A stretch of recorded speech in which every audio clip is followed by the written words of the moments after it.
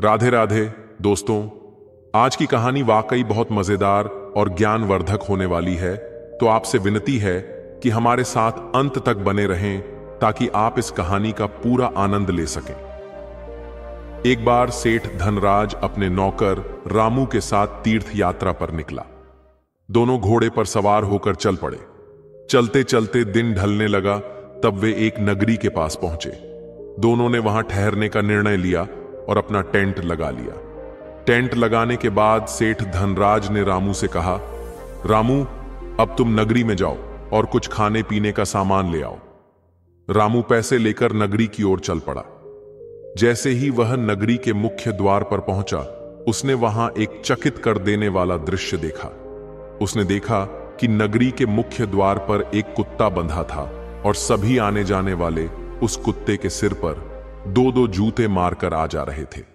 यह दृश्य देखकर रामू नगरी के अंदर जाने लगा तो सिपाहियों ने उसे रोका और कहने लगे, यदि तुम्हें नगरी में जाना है तो इस कुत्ते के सिर पर दो जूते मारने होंगे, वरना नगरी में प्रवेश करने की अनुमति नहीं दी जाएगी। रामू ने भी कुत्ते के सिर पर दो जूते मारे और नगरी में प्रवेश कर गया।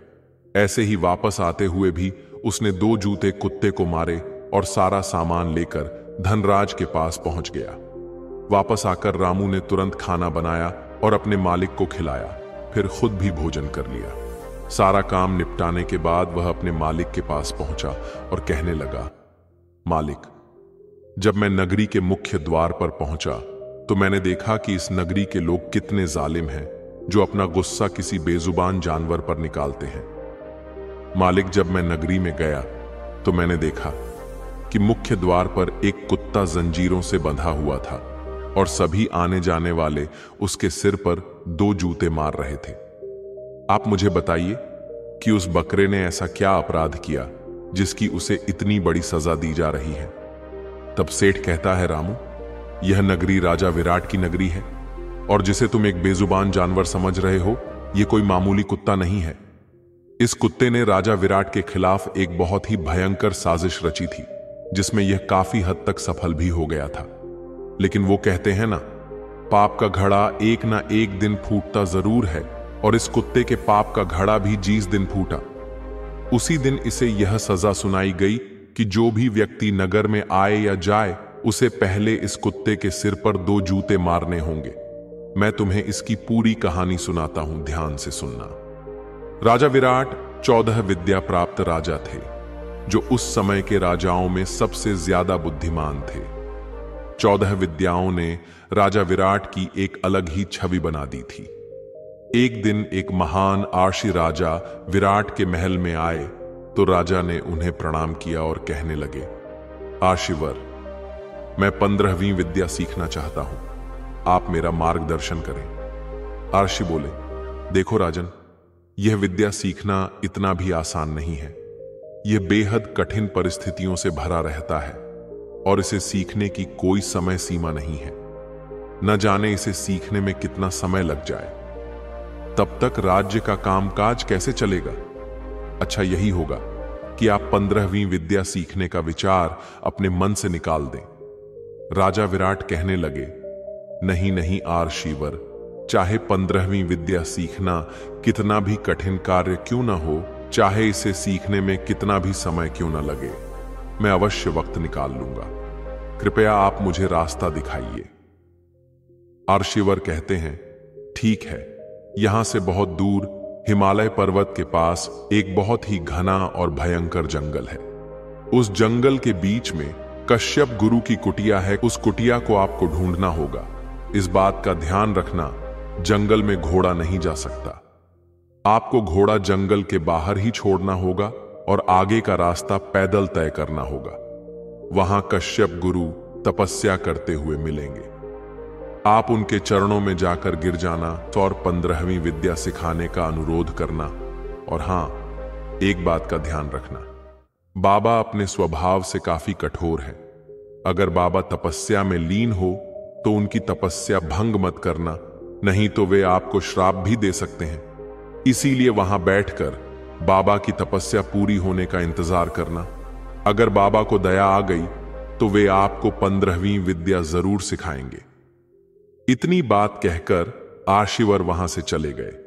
फिर राजा ने मंत्रियों की एक बैठक बुलाई और उन्हें आगे की योजना समझाते हुए कहने लगे, देखो, मैं एक जरूरी कार्य से राज्य से दूर जा रहा हूं। मेरे जाने के बाद आप सभी मिलजुल कर राज्य कार्य को देखेंगे और प्रजा को कोई कष्ट ना हो इसका विशेष ध्यान रखेंगे, क्योंकि मुझे वापस आने में मालूम नहीं कितना समय लग जाए। इसलिए आप सब अपना अपना काम ईमानदारी से करते रहना। सभी मंत्रियों को समझाकर राजा महल की ओर चल पड़े। राजा विराट की 2 रानियों थीं। एक का नाम था सत्यवती और दूसरी का नाम था भानुमति। नाम के अनुसार ही दोनों का आचरण था। सत्यवती एक पतिव्रता रानी थी। वह महाराज के दर्शन करे बगैर खाना तो क्या, पानी तक नहीं पीती थी। दूसरी ओर रानी भानुमति थी, जिसका इन बातों से दूर दूर तक कोई लेना देना नहीं था। कहने का मतलब है कि रानी भानुमति का चरित्र ठीक नहीं था। राजा विराट रानी सत्यवती के कक्ष में गए और बोले, रानी, मैं किसी जरूरी कार्य से कुछ समय के लिए नगरी छोड़कर जा रहा हूं। मालूम नहीं मुझे आने में कितना समय लग जाए, इसलिए मैं आपको सलाह देता हूं कि मेरे वापस आने तक आप सावधानी से रहना। इतनी बात सुनकर रानी सत्यवती की आंखें छलक उठीं और कहने लगी, महाराज, मैं तो आपके दर्शन किए बगैर पानी तक नहीं पीती।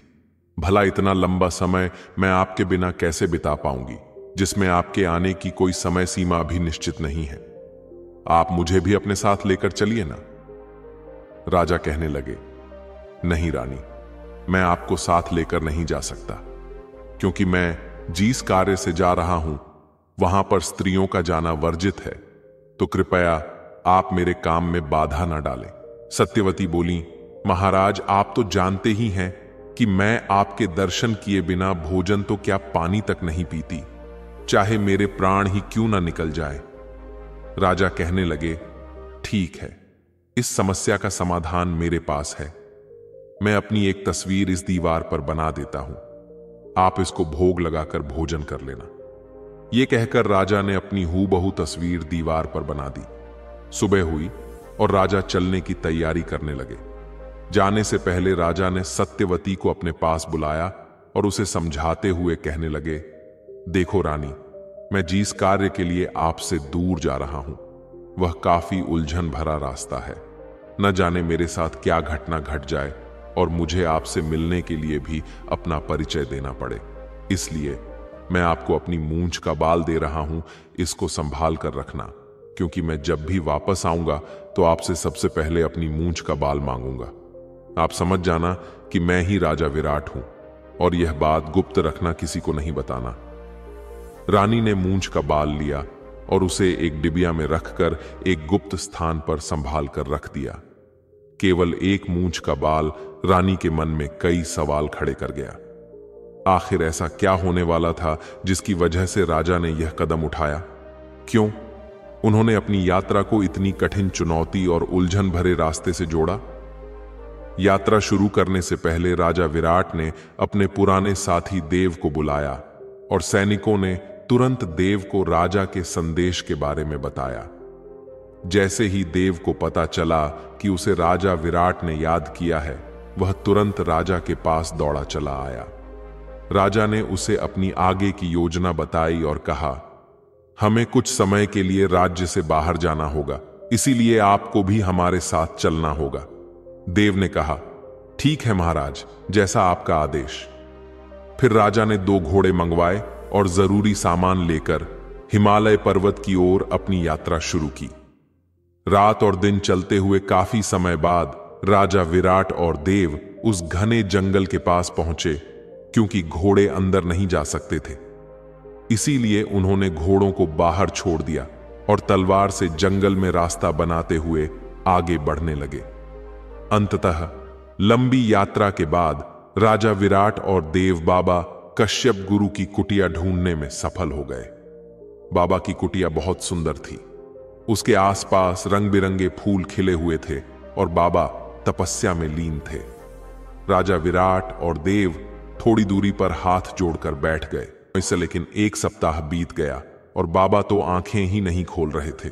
राजा ने कहा, जब तक बाबा आंखें नहीं खोलते हम आश्रम की सफाई कर लेते हैं। इसके बाद दोनों आश्रम में काम करने लगे। नए नए फूल लाकर लगाए, जंगल से सूखी लकड़ी लाकर कुटिया के पास इकट्ठी कर दी और आराम से रहने लगे। 1 महीने बाद बाबा कश्यप गुरु ने आखिरकार अपनी आंखें खोली और सामने राजा और उसके दोस्त को देखा, जो हाथ जोड़कर उनकी ओर ध्यान से देख रहे थे। बाबा ने कहा, बच्चों, मेरे पास आओ। तुम लोग इस भयंकर जंगल को पार करके मेरे पास आए हो। यहां कोई भी इंसान नहीं आ सकता, लेकिन तुम लोग इतने कष्ट सहकर मेरे पास आए हो तो यकीनन तुम्हारा कोई महत्वपूर्ण काम होगा। यह सुनकर राजा विराट और देव बाबा के पास आ गए। राजा ने कहा, हे महाराज, मैं राजा विराट हूं और मैं बड़ी आशा से आपके पास आया हूं। कृपया मेरी समस्या का समाधान करें। बाबा ने कहा, बोलो बच्चे, क्या समस्या है? राजा ने कहा, महाराज, मैं 15वीं विद्या सीखने आया हूं।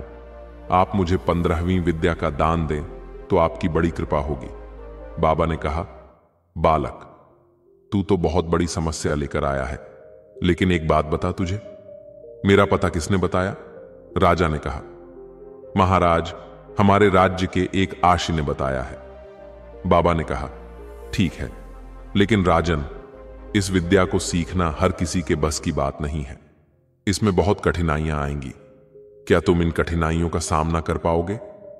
राजा ने कहा, महाराज, इस विद्या को सीखने के लिए मैं हर कठिनाई का सामना करूंगा। बाबा ने कहा, ठीक है राजन, इस विद्या को सीखने से पहले मैं तुम्हें इसकी शक्ति के बारे में कुछ बताना चाहता हूं। इस 15वीं विद्या से मरे हुए शरीर को जिंदा किया जा सकता है, लेकिन इस विद्या से यदि आप किसी को जिंदा कर रहे हो तो आपके प्राण उस मरे शरीर में चले जाएंगे और आपका शरीर प्राणहीन हो जाएगा। फिर आप जब चाहें अपने शरीर में वापस आ सकते हैं। और हां, इस विद्या को सीखते वक्त आपको केवल एक समय ही भोजन मिलेगा, लेकिन इसका कोई समय सीमा निश्चित नहीं है। यह नहीं कहा जा सकता कि इस विद्या को सीखने में कितना समय लगेगा। राजा ने कहा, ठीक है बाबा, आप जो भी कहेंगे मैं करूंगा। मुझे आपकी हर बात मंजूर है। बाबा ने कहा, कल सुबह से आपकी शिक्षा शुरू हो जाएगी। अगली सुबह बाबा ने राजा विराट को अपने सामने बिठाकर मंत्र सिखाना शुरू कर दिया। अब राजा विराट का 15वीं विद्या सीखने का सिलसिला शुरू हो चुका था। जब राजा को बाबा मंत्र सुना रहे थे, क्नॉइस देव भी राजा के पीछे बैठा मंत्र सुन रहा था और उसने भी राजा के साथ साथ मंत्र रटने शुरू कर दिए। वह भी मन ही मन मंत्रों का जाप करने लगा।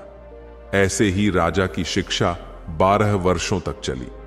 राजा विराट को जो भी मंत्र बाबा ने सिखाए, देव तुरंत उन्हें रट लेता और जैसे जैसे राजा मंत्रों का जाप करते, देव भी मन ही मन उनका जाप करता रहता। 12 वर्षों में राजा विराट 15वीं विद्या सीख गए और साथ साथ देव भी उसे सीख गया। फिर एक दिन ऐसा भी आया जब बाबा ने कहा, राजन, अब आपकी विद्या पूरी हो चुकी है। आप अपने राज्य का काम संभाल सकते हैं।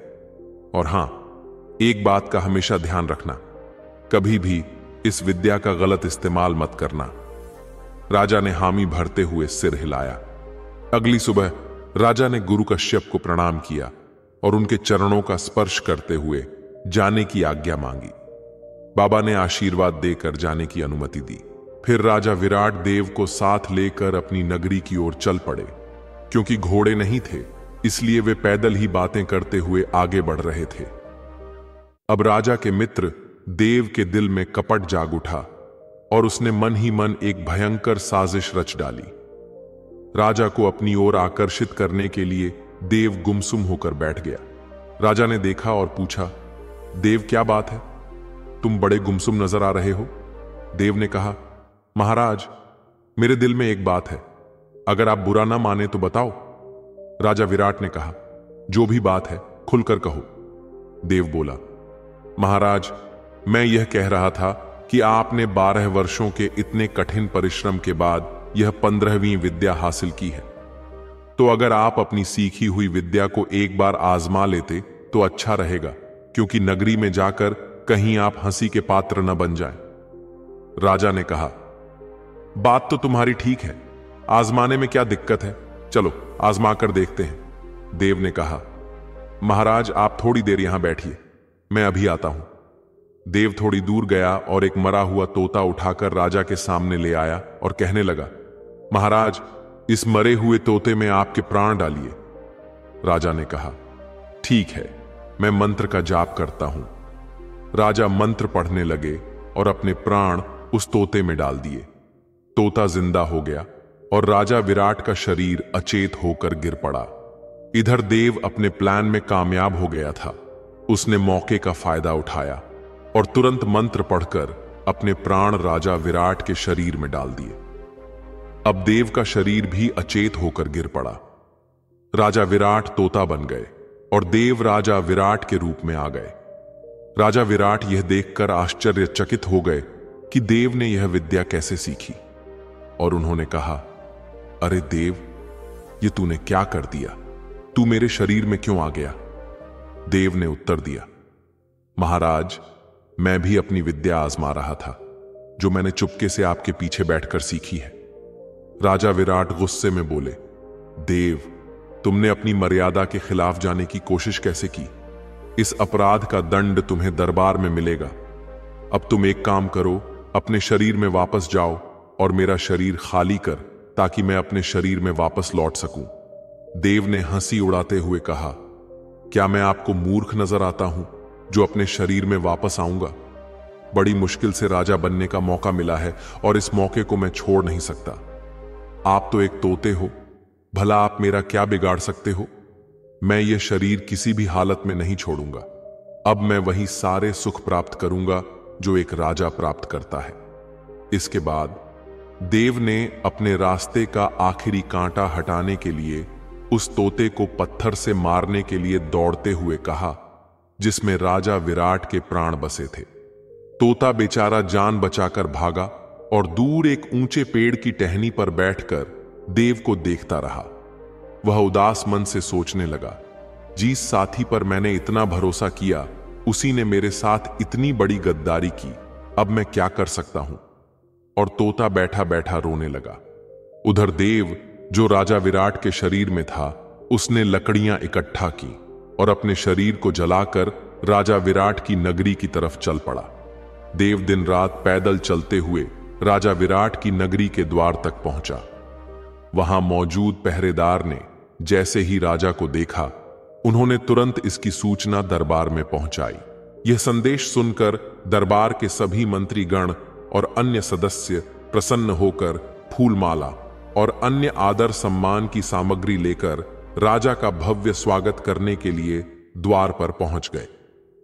किसी भी व्यक्ति को यह समझ में नहीं आया कि यह असल में राजा है या कोई और। राजा का स्वागत बड़े धूमधाम से किया गया और उनके आने की खुशी में महल को दुल्हन की तरह सजा दिया गया।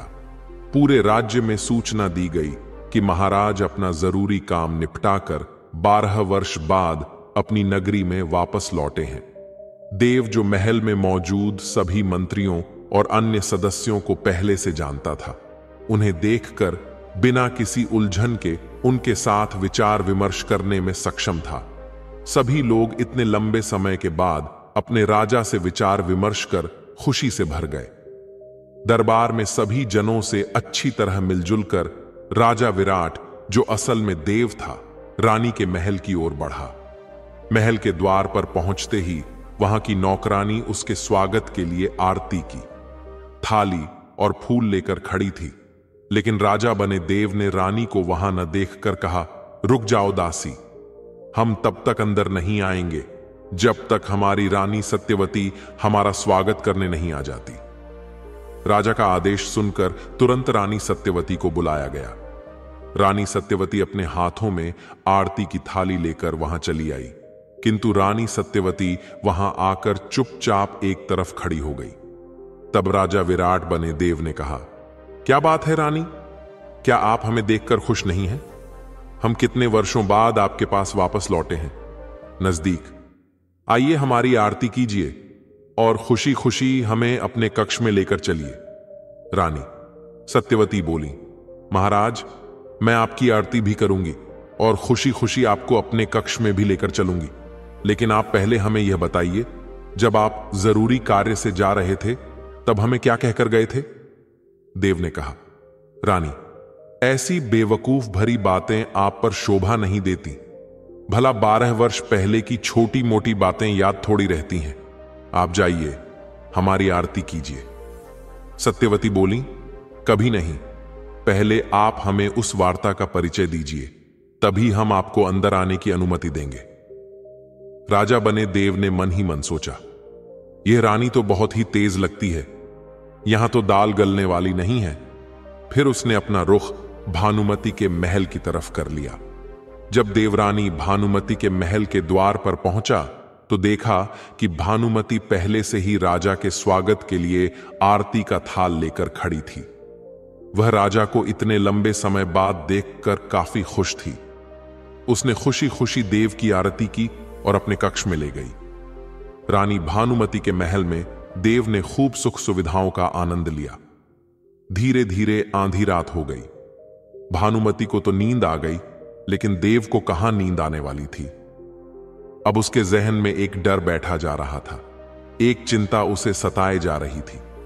वह चिंता थी उस तोते की, क्योंकि उस तोते में खुद राजा विराट के प्राण बसे थे, जो मनुष्य की भांति बोल सकते थे। अब उसका यही डर था कि कहीं वह तोता उड़ता हुआ नगरी तक ना पहुंच जाए और उसके सारे भेद न खुल जाए। इस समस्या से निदान पाने के लिए देव एक योजना बनाने लगा। दूसरी ओर राजा विराट, जो एक तोता बनकर ब्याबान जंगल में भटक रहे थे, पानी की तलाश करने लगे। अंततः वे एक बाबरी पर पहुंचे, जहां पहले से ही 49 तोते रहते थे। उन 49 तोतों ने देखा कि आज बाबरी पर एक नया तोता आया है और वह कुछ ज्यादा ही प्यासा है। बेचारा पानी पीते जा रहा था। उस नए तोते को देखकर सारे तोते खुश हो गए और आपस में बातें करने लगे, चलो इससे दोस्ती करते हैं। अगर यह हमारा दोस्त बन गया तो हम पूरे 50 तोते हो जाएंगे। फिर सारे तोते राजा विराट बने तोते के पास आ गए और अपनी तोतिया भाषा में उनसे बातें करने लगे। राजा 15वीं विद्या प्राप्त थे और वह तोतों की भाषा भी जानते थे। राजा ने उन्हें तोतिया भाषा में बताया, देखो दोस्तों, मैं अकेला हूं और मेरा कोई परिवार नहीं है। मैं दुनिया भ्रमण के लिए निकला हूं। अब जब आप सब मुझसे दोस्ती करना चाहते हो तो मैं तैयार हूं। मैं आप सबके साथ ही रहूंगा। सारे तोते बहुत खुश हुए और हंसी खुशी सब एक साथ रहने लगे। अब प्रतिदिन राजा विराट उन्हें अच्छी अच्छी बातें बताते और इस कारण सभी तोते सोचने लगे कि यह तोता बहुत ही समझदार है। इसके आने के बाद हमें पानी की तलाश में भी नहीं भटकना पड़ता। यह हमें उसी जगह लेकर जाता है जहां पानी तैयार मिलता है। इस कारण सभी तोते राजा विराट की इज्जत करने लगे। एक दिन ऐसा भी आया जब सारे तोतों ने मिलकर राजा को अपना मुखिया घोषित कर दिया। अब राजा उन तोतों के साथ जुड़ गए और सबका समय अच्छा गुजरने लगा, क्योंकि एक राजा जिसने 15वीं विद्या प्राप्त की थी उनके बीच मौजूद था, जो किसी भी समस्या को आने से पहले ही भांप लेता था। उसके रहने से सभी तोते सुरक्षित महसूस करने लगे। उधर राजा विराट बने देव ने अपने राज्य में घोषणा करवा दी कि राजा का आदेश है, जो भी नर नारी बूढ़ा जवान तोते मारकर राजा के पास लाएगा, उसे एक तोते के बदले एक सोने का सिक्का दिया जाएगा। जो 2 लाएगा उसे 2, जो 10 लाएगा उसे 10 और जो 50 लाएगा उसे 50 सोने के सिक्के दिए जाएंगे। राजा का यह आदेश सुनकर सभी दरबारी अचंभित रह गए। यह क्या हो गया? राजा अचानक तोते मरवाने का आदेश दे रहे हैं, किंतु सभी केवल सोच सकते थे, कुछ पूछ नहीं सकते थे, क्योंकि यह राजा का आदेश था। जैसे ही यह आदेश जनता के बीच पहुंचा तो सभी निठल्ले लोग तोते पकड़ने निकल पड़े। शाम तक कोई एक तोता लेकर दरबार में आ रहा था, कोई 2, कोई 10। जो जितनी संख्या में तोता लाता उसे उतने ही सोने के सिक्के दिए जाते। अब यह समाचार धीरे धीरे आसपास के नगरों में भी फैल गया कि फलां राजा एक तोते मारने के बदले एक सोने का सिक्का दे रहा है। बेचारे तोते समझ नहीं पा रहे थे कि हमारा कसूर क्या है, हमें क्यों मरवाया जा रहा है। अब यह समाचार धीरे धीरे राजा विराट के पास भी पहुंच गया कि देव ने तोते मरवाने का आदेश दिया है। वह चौकन्ना हो गया और सभी 49 तोतों को बुलाकर बोला, होशियार हो जाओ, मुसीबत हम पर आने वाली है। सभी तोते कहते हैं, मुखिया जी, हमें तो आप जैसा सुझाव देंगे, हम उसी का पालन करेंगे। राजा विराट पर अब उन 49 तोतों के सुरक्षा का भार था। एक दिन की बात है, सभी तोते दोपहर के समय पेड़ पर बैठे थे। तभी उनमें से एक तोते ने देखा कि एक शिकारी अपने कंधों पर धनुष बाण लिए उनकी तरफ चला आ रहा है। उसने तुरंत अपने मुखिया को इस बारे में सूचना दी। शिकारी को इस तरह आते देख राजा ने तुरंत एक योजना बनाई और सभी तोतों को समझाया, देखो, उड़ने की गलती बिल्कुल भी मत करना, क्योंकि उसके हाथ में धनुष बाण है। अगर हमने उड़ने की कोशिश की तो हम में से 2-3 तोते तो जरूर मारे जाएंगे, इसीलिए जैसा मैं कहता हूं वैसा ही करना। फिर राजा विराट उन्हें अपनी योजना समझाते हुए कहने लगा, देखो, पहले यह शिकारी पेड़ के पास आएगा और एक ही पेड़ पर इतने सारे तोते देखकर खुश हो जाएगा। फिर वह सारे तोते पकड़ने की सोचेगा। आप सबको एक नाटक करना होगा। आप सब अपनी गर्दन इस कदर लटका दो जिससे ऐसा प्रतीत हो जैसे हम सब मरे हुए हैं। फिर शिकारी ऊपर पेड़ पर चढ़ेगा और हमें एक एक करके नीचे गिराएगा। तब आप एक बात का विशेष ध्यान रखना कि जैसे ही शिकारी एक तोते को नीचे पटके, वैसे आवाज आएगी बट। फिर दूसरे को पटके तो आवाज आएगी पट, फिर तीसरे को पटके तो आवाज आएगी पट। आप सभी पट की आवाज को गिनते रहना, क्योंकि धीरे धीरे वह हम सबको नीचे पटकता रहेगा। जैसे ही पट की 50वीं आवाज पूरी हो जाए, तब सारे तोते एकदम से उड़ जाना। इससे फायदा यह होगा कि उस वक्त शिकारी पेड़ पर होगा और हम सब भागने में कामयाब हो जाएंगे और इस वक्त उसके पास धनुष बाण भी नहीं होंगे। सभी तोतों ने कहा, ठीक है मुखिया जी। फिर सभी तोतों ने पेड़ की टहनियों पर इस तरह अपनी गर्दन लटका दी जैसे वे सभी मरे हुए हैं। अब शिकारी पेड़ के पास पहुंचता है और एक ही पेड़ पर इतने सारे तोते देखकर खुश हो जाता है, क्योंकि इतने सारे तोते उसे बड़ा धनवान बना सकते हैं। वो मन ही मन भगवान को धन्यवाद करने लगा। शिकारी ने अपने धनुष बाण जमीन पर रखे और पेड़ पर चढ़ गया। वह एक एक करके सभी तोतों को नीचे पटकने लगा।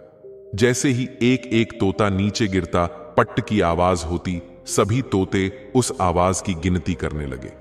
आवाज की गिनती 49 तक पहुंच गई थी और अंत में बचे थे राजा विराट, जिनको शिकारी नीचे फेंकने ही वाला था कि उससे पहले शिकारी की चप्पल नीचे गिर गई। अब 50 की गिनती पूरी हो चुकी थी। अंतिम आवाज सुनते ही सभी नीचे पड़े तोते फिर से उड़ गए, लेकिन शिकारी के हाथ में सिर्फ राजा विराट रह गए। शिकारी ने ऐसे धोखे को देखकर आग बबूला हो गया। उसने तोते से कहा, मेरे साथ तुमने बड़ा धोखा किया है, लेकिन मैं तुझे अपने हाथ से जाने नहीं दूंगा। कम से कम मुझे एक सोने का सिक्का तो मिलेगा। शिकारी पेड़ से नीचे उतरकर राजा विराट बने हुए तोते को अपने हाथों में पकड़कर नगरी की तरफ चल पड़ा। चलते चलते रास्ते में तोते ने कहा, भाई शिकारी। तोते को मनुष्य की भाषा बोलते हुए देखकर शिकारी हैरान होकर बोला, वाह यार, तू तो हमारी जैसी भाषा बोल रहा है। तोता बोला, भाई तुम मुझे कहां ले जाओगे? शिकारी बोला, तुझे राजा के पास लेकर जाऊंगा, जहां मुझे एक तोते के बदले एक सोने का सिक्का मिलेगा। तोता बोला, भाई तुम मुझे राजा के पास लेकर मत जाओ, इसकी जगह तुम मुझे किसी सेठ के पास लेकर चलो। मैं उस सेठ से तुम्हें 50 सोने के सिक्के दिलवाऊंगा। शिकारी बोला, 50 सोने के सिक्के? तोता बोला, हां भाई, मैं तुम्हें 50 सोने के सिक्के दिलवाऊंगा। शिकारी बोला, तो ठीक है, मैं तुझे एक सबसे अच्छे सेठ के पास लेकर चलता हूं। शिकारी उसे लेकर एक सेठ के पास पहुंच गया। वहां जाकर शिकारी बोला, सेठ जी, यह तोता मैंने जंगल से पकड़ा है, जिसे मैं आपको बेचना चाहता हूं। सेठ बोला, मैं इस तोते का क्या करूंगा? इसे ले जाकर राजा को दे दो, तुझे एक सोने का सिक्का मिल जाएगा। शिकारी बोला, सेठ जी, यह तोता आपसे बात करना चाहता है। यह सुनकर सेठ चकित होकर बोला, क्या यह तोता बोलता है? शिकारी बोला, जी हां सेठ जी, यह तोता बोलता है। फिर सेठ तोते से विचार विमर्श करने लगा। तोते ने कहा, सेठ जी, आप मुझे 50 सिक्कों में इस शिकारी से खरीद लीजिए। मैं इन 50 सिक्कों के बदले आपको 1,00,000 सिक्कों की आमदनी करवा दूंगा। अगर आप मुझे नहीं खरीदेंगे तो यह शिकारी मुझे राजा को सौंप देगा और वहां मुझे समाप्त कर दिया जाएगा। सेठ अचंभित था, क्योंकि एक तोता उसके सामने बैठकर इतनी समझदारी भरी बातें कर रहा था। सेठ ने तुरंत 50 सिक्के निकाले और शिकारी को दे दिए। अब तोते ने शिकारी से कहा, शिकारी, अपने ईमान पर रहना, किसी को बताना मत कि मैंने किसी सेठ को तोता बेचा है। शिकारी ने हामी भरी और खुशी खुशी अपने घर चला गया।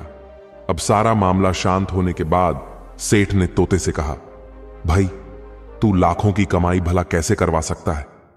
तोते ने कहा, देखो सेठ जी, मैं जैसा कहता हूं वैसा आप करते जाओ, आपके पास धन की वर्षा होने लग जाएगी।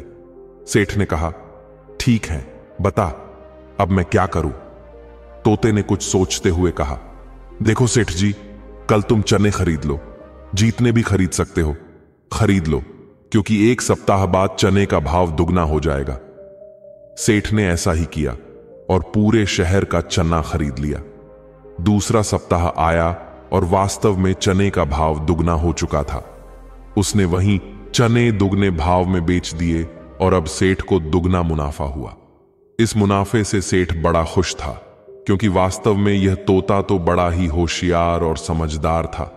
सेठ ने तोते को बड़े ही प्यार से रखने लगा और उसे हर रोज अच्छा अच्छा खाना खिलाता। सेठ रोज तोते से सलाह मशविरा करता और जो बात तोता कहता सेठ वही करता। धीरे धीरे सेठ की सभी तिजोरियां भरने लगी। अब सेठ बहुत खुश था।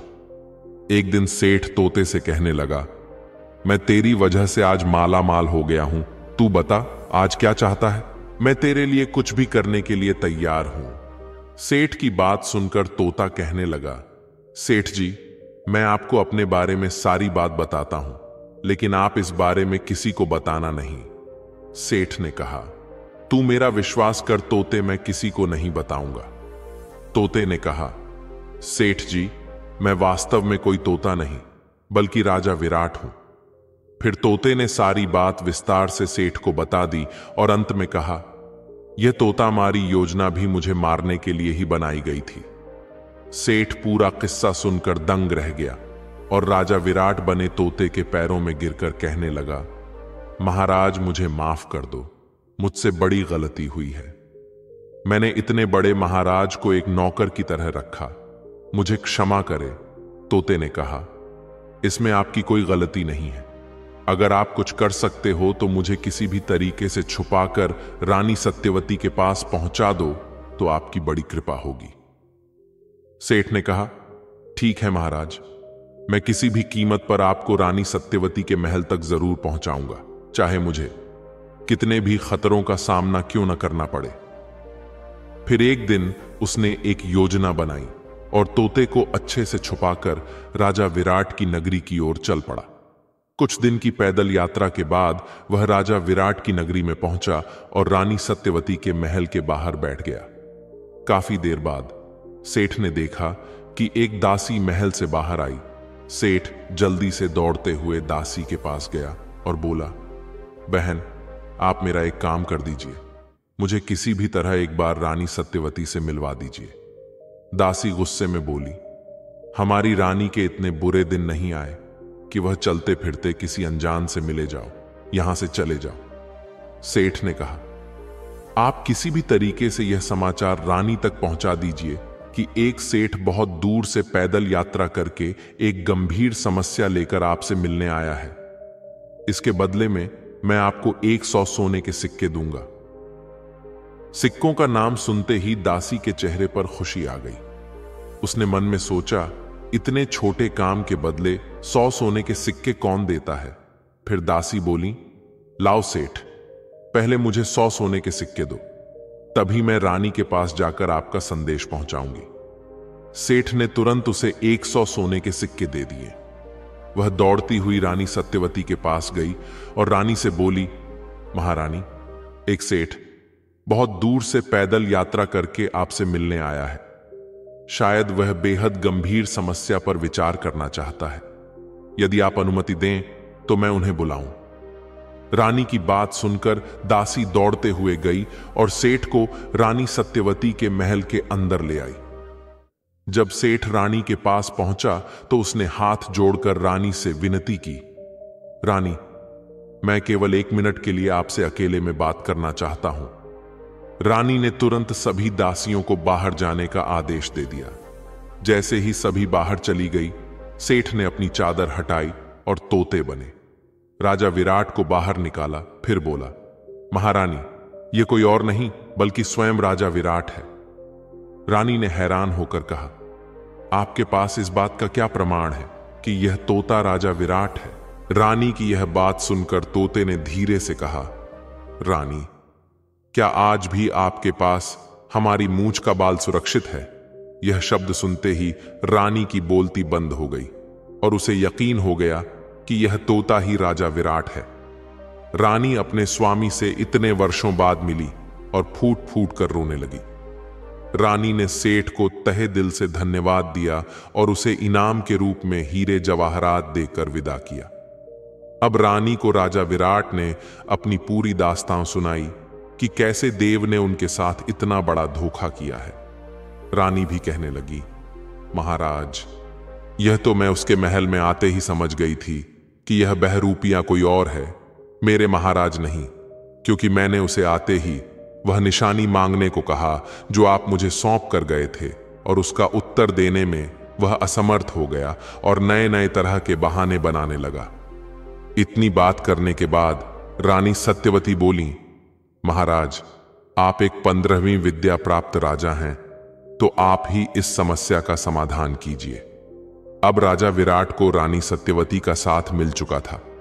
उन्होंने इस दुख से छुटकारा पाने के लिए एक गंभीर योजना बनाई और रानी सत्यवती से कहा, देखो रानी, केवल सेठ और आपको ही मालूम है कि मैं राजा विराट हूं। आगे की योजना इस प्रकार से है कि सबसे पहले आप सैनिकों से कहकर एक मरा हुआ कुत्ता मंगवाएं और एक दासी से कहकर देव के पास संदेश भिजवाएं कि आप उससे माफी मांगते हुए उसे महल में आने का आग्रह करें और मुझे किसी ऐसे स्थान पर छुपा दीजिए जहां से मैं आप सबको देख सकूं, लेकिन आप लोग मुझे न देख सकें। रानी सत्यवती राजा की पूरी योजना अच्छी तरह समझ चुकी थी और उसने उसी के अनुसार काम करना शुरू किया। उसने एक दासी के माध्यम से राजा विराट बने देव तक संदेश भिजवाया, जिसमें रानी ने देव से माफी मांगते हुए उन्हें महल में बुलाया। दासी रानी का संदेशा लेकर तुरंत राजा बने देव के पास पहुंची और बोली, महाराज, रानी सत्यवती ने आपको याद किया है। वे अपने कर्मों पर पश्चाताप करते हुए आपसे माफी मांगना चाहती हैं। रानी ने आपके साथ सभी मंत्रियों को भी आमंत्रित किया है ताकि वे सबके सामने आपसे माफी मांग सके। अब आप चलिए रानी, आपकी आरती करती हुई महल में आपका भव्य स्वागत करना चाहती है। देव बोला। आखिरकार रानी सत्यवती को अक्ल आ ही गई। ठीक है, जाकर रानी से कह दो कि हम शीघ्र ही समस्त मंत्रियों के साथ महल में पधार रहे हैं। अब रानी सत्यवती ने तोते बने राजा विराट को एक कक्ष के रोशनदान में छुपा दिया ताकि तोता वहां से सारा दृश्य देख सके। अब रानी राजा देव और मंत्रियों के आने की प्रतीक्षा करने लगी। थोड़ी देर बाद राजा देव समस्त मंत्री गणों के साथ रानी के महल में पधारे। रानी ने राजा देव की आरती उतारी और हाथ जोड़कर कहने लगी, महाराज, मैं अपनी गलती पर बहुत शर्मिंदा हूं जो मैंने आपको महल में प्रवेश करने से रोका, किंतु आप यह भली भांति जानते हैं कि मैं एक पतिव्रता स्त्री हूं। इस कारण मुझे हर कदम फूंक फूंक कर रखना पड़ता है। अब आप मुझे क्षमा कर दें। मैं आपकी बात से सहमत हूं कि इतनी पुरानी बातें याद नहीं रहती, लेकिन मैं आपको याद दिलाना चाहती हूं कि जब आप 15वीं विद्या सीखने जा रहे थे तब आप मुझे निशानी के तौर पर कहकर गए थे, रानी सत्यवती, मैं जब भी 15वीं विद्या सीख कर वापस आऊंगा सबसे पहले इसका चमत्कार आपको ही दिखाऊंगा। तो आप समझ जाना कि मैं ही राजा विराट हूं। लेकिन महाराज, वापस आने के बाद आपने मुझे कोई भी चमत्कार नहीं दिखाया, जिस कारण मुझे आपके साथ ऐसा व्यवहार करना पड़ा। इसलिए महाराज, मैं आपसे प्रार्थना करती हूं कि सभी के सामने अपनी 15वीं विद्या का चमत्कार दिखाइए, ताकि मैं अपने राजा पर गर्व कर सकूं। इतना वार्तालाप सुनकर राजा देव मन ही मन प्रसन्न हो गया। वह खुद भी सबके सामने अपनी विद्या दिखाने के लिए आतुर था, लेकिन उसे इस बात का बिल्कुल भी एहसास नहीं था कि असली राजा विराट वहां मौजूद होकर उसकी सारी रासलीला देख रहे थे। राजा देव बोला, ठीक है रानी, बताइए आप क्या देखना चाहेंगी। रानी ने तुरंत अपने नौकरों से कहकर उस मरे हुए कुत्ते को वहां मंगवाया और उसे राजा देव के सामने रख दिया। रानी बोली, महाराज, मैं चाहती हूं कि आप एक बार अपने प्राण इस मरे हुए कुत्ते में डालकर इसे जीवित कर अपनी विद्या का परिचय दें। राजा देव ने कहा, ठीक है, इसमें कौन सी बड़ी बात है, ये तो मेरे बाएं हाथ का खेल है।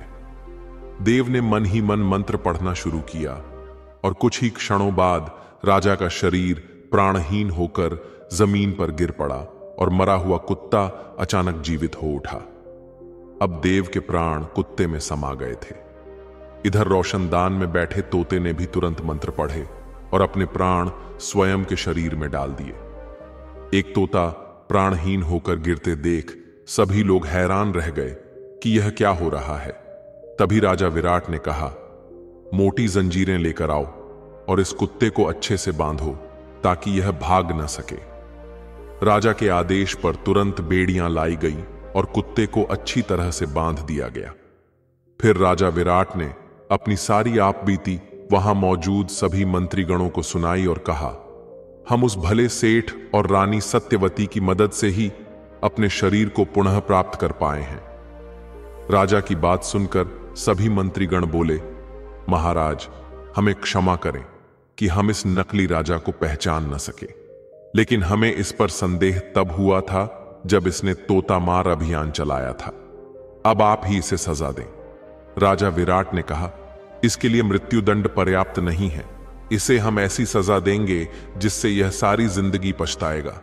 इस कुत्ते को नगर के मुख्य द्वार पर बांध दिया जाए और समस्त प्रजा में यह घोषणा कर दी जाए कि राजा का आदेश है, जो भी प्रजा नगर से बाहर जाएगा वह इसके सिर पर 2 जूते मारकर ही जाएगा और जो अंदर आएगा वह भी 2 जूते मारकर ही आएगा। और फिर ऐसा ही हुआ। कुत्ते को नगर के मुख्य द्वार पर बांध दिया गया और वहां पहरेदार बैठा दिए गए।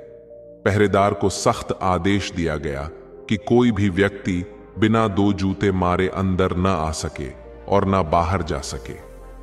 इधर राजा विराट ने मरे हुए तोते का अंतिम संस्कार बहुत ही आदर सम्मान के साथ कराया। अब राजा विराट ने खुशी खुशी अपना राज्य संभाल लिया।